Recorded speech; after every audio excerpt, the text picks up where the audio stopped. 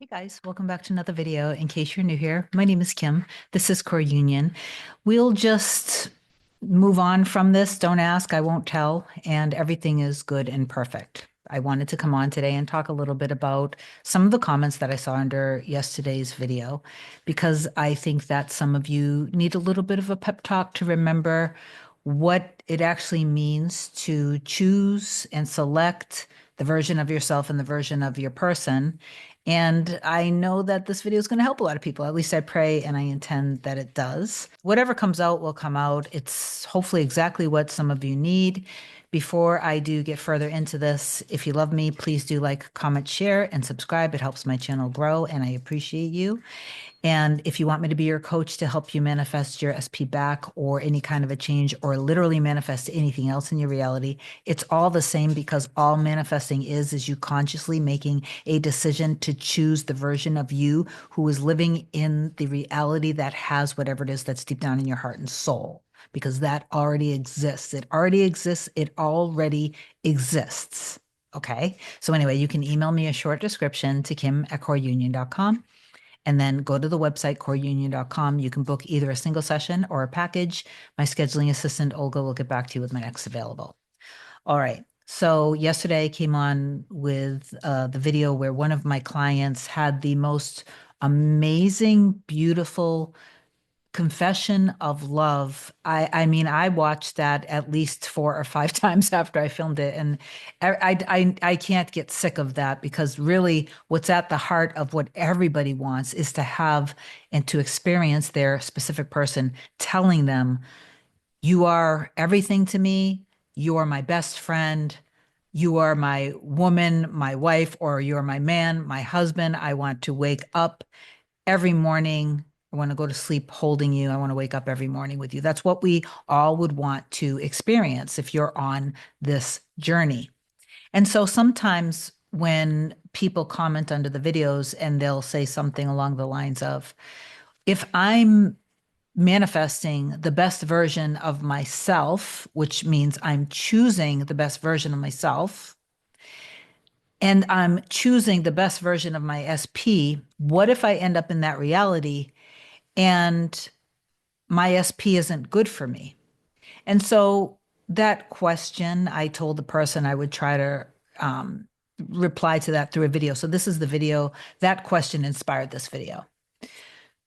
If you are choosing the version of yourself who is healthy, strong, secure, stable, cool, calm, collected, always in flow, always in trust and in faith in herself, himself, and knows that everything that's in your heart and soul, in the core of you, already exists. And you have cultivated a relationship with that version of yourself. You've cultivated a relationship with your creator. So you have trust. You have what's called blind faith, that you do not ever look to your life to tell you, to validate you, to let you know whether you're doing a good job or not, because the most profound and deepest movement happens within your specific person when it's happening within you. What happens a lot is people will end up on a loop because they're doubting everything. The comment that was made is just that you haven't fully understood the process of basically what the matrix is, of what this game of life is. So for someone like you, my first word of advice is to study more and to literally go to, I'll put some links in the description box below of my 3 favorite videos that are on YouTube that I believe will help you if you listen to them regularly. Okay, so that's the first thing. But the next part of that question is that if you are choosing the best version of yourself and your best version of your specific person loves you, reflects back all of the love that you have for yourself. So you love yourself deeply. You prioritize your needs, meaning you listen to your body, mind, and soul. Okay. If you feel anxious, you slow down. If you're tired, you take a nap.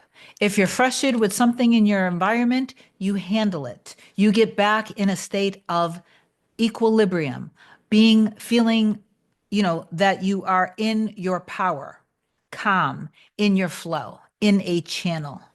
That's what you want to do when you are feeling antsy and anxious and edgy and frustrated. So when you think about your person, the version of your specific person that you think of sees you and values you and literally reflects all of that love for you that you have for yourself. So when you infuse yourself with all of this love and value and see yourself and know who, like, you really cherish who you are. You also only see the version of your person who reflects that back to you. So if that's what you were doing, how could you possibly end up in a reality where your person isn't good for you? If you're being good to yourself and for yourself, and you believe in the process, and you trust in yourself, and you've cultivated this relationship with your creator, God, universe, source, infinite intelligence, whatever you want to label, whatever brought all of this beauty in our existence, whatever created, millions of galaxies. And also remember that you are made up of trillions of atoms. So am I, and so does literally everything around us. Everything around you was once a thought. And through frequent dominant thinking, it becomes a thing. So anyway, how could you possibly end up in a reality where your specific person doesn't love, value, respect, and honor you if you are not loving, valuing, respecting, and honoring yourself and seeing them in their highest and best? If you have the feeling in your heart and soul, then that reality already is made. You're not doing the inner work to make it happen. You're doing the inner work to accept that version of yourself, to accept yourself, to love yourself. So become the observer when you are catching yourself feeling worry, fear, doubt, and especially when you are feeling the urge, when you're feeling that little edgy urge to go and check their Instagram, Facebook, anything, whatever it is that you check to see if you can see any form of change or movement. Stop yourself from doing that. And the reason why is because it's that behavior that is the downfall of everybody. It is what keeps you in a state of lack and confusion and doubt. Just like any other habit that's toxic for you, treat that as a toxic habit and detox from it and just stop it. Okay. If you're not with your person, then you don't talk about your person to other people. You don't vent and complain about it under videos, and you don't go around seeking to see, can I see evidence that things are changing? That's what you were doing within. So what do you do for the inner work? Because another person commented under the success video and said, it seems that your clients have the golden ticket. What am I missing? Well, I don't really know what you're doing for inner work. If you are spending a lot of your time doing those things that we talk about, then that's what's killing it for you, because you're staying in your analytical and logical mind. And when it comes to creation, logic doesn't mix well with it at all. You really have to go all in, and you have to go, this is more like heart-based trust, faith. Okay. It's not about logic or what makes sense, because nothing about manifestation makes sense, and it doesn't have to. What I suggest that you do is figure out what technique actually resonates with you. Do whatever works for you. Wake up in the morning, do that before you let the outside world in. Maintain a mental diet throughout the day. So every hour to two, you're going to spend a little energy on feeling into beautiful communication, planning things for the day or night, normal everyday things. So literally every hour to two, just like if you were in the relationship. Okay, if you're in a healthy relationship, you're probably doing your own thing working. They're doing their own thing working. So you would be focusing on doing a good job of whatever it is that you're doing for work. And you would know while you're working that you're thinking about them, they're thinking about you.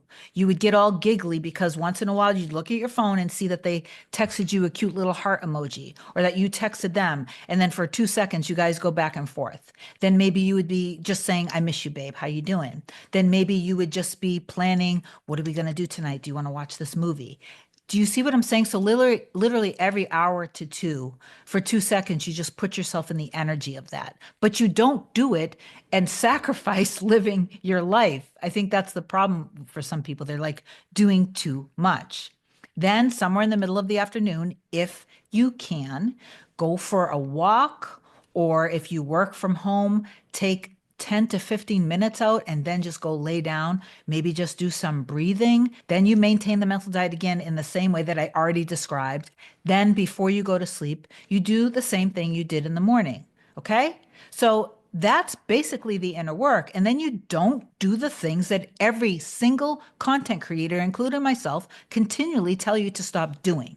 So this takes focus and discipline. Now, for some people who have been doing this for a long time, and through the process, they've just been looping over and over again, being the version of them who doubts themselves, who doesn't think they're good enough, who doesn't think that they're good at manifesting, who doesn't believe that this is true. And through this process, whether it's been, 6 months, a year, 2 years, 5 years, 7 years, no matter how long it's been, if you've been doing it in the unhealthy way that I try to talk about all the time, it's literally that behavior that you let go of. You don't have to let go of the thing that you're manifesting, because the thing that you're manifesting already does exist. But everybody expects like some big, grand performance. Oftentimes, it won't unfold in those ways. Oftentimes, they'll be completely unexpected ways, just like the client that I just came on into the video yesterday. She ended up in a situation. So her specific person grew up going from foster care to foster care. So he experienced a lot of pain growing up around probably being safe and secure, being loved, and being able to feel like they're at home, right? So now what ends up happening in her life, there ends up being an experience where her granddaughter, something is in question with her kids, with her, I think it's her son and daughter-in-law, I believe. And they're questioning if the granddaughter got physically ill because of the parents somehow being neglectful or something. So now she's taking care of the granddaughter. And she had emailed me, and I explained to her, go to the end and see that she is home, safe and sound.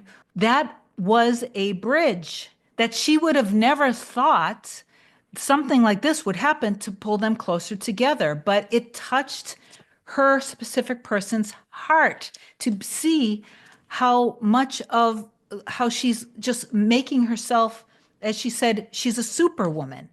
And it's really touching him very deeply. So that was a bridge, but that's not something that she ever visualized. So don't get too stuck in, just enjoy the inner work, enjoy visualizing, enjoy just embodying the state of fulfillment. So that would mean that when you do your inner work, you're not doing your inner work as somebody trying to manifest your person back. You're not thinking of yourself as being their ex.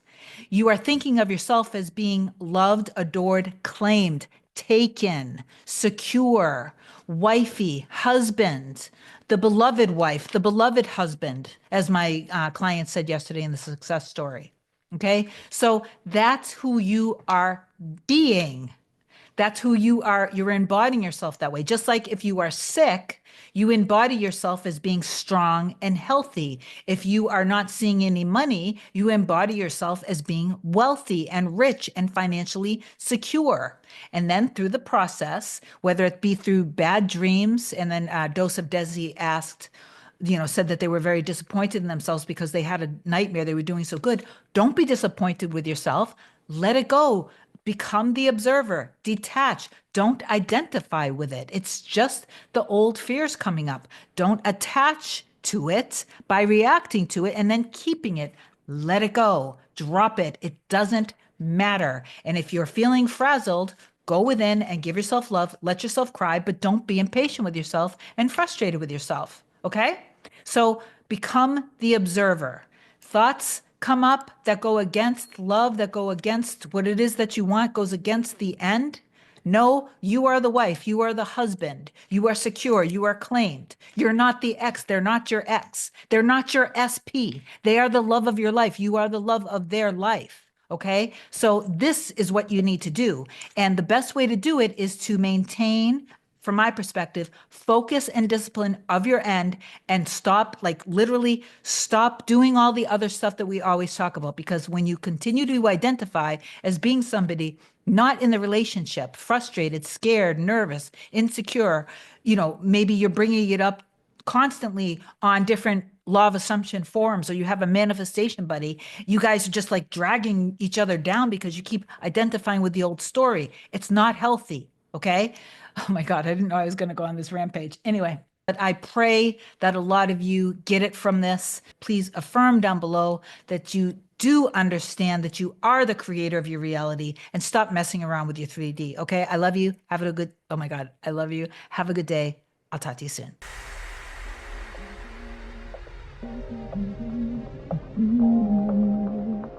Nothing can come, nothing can come.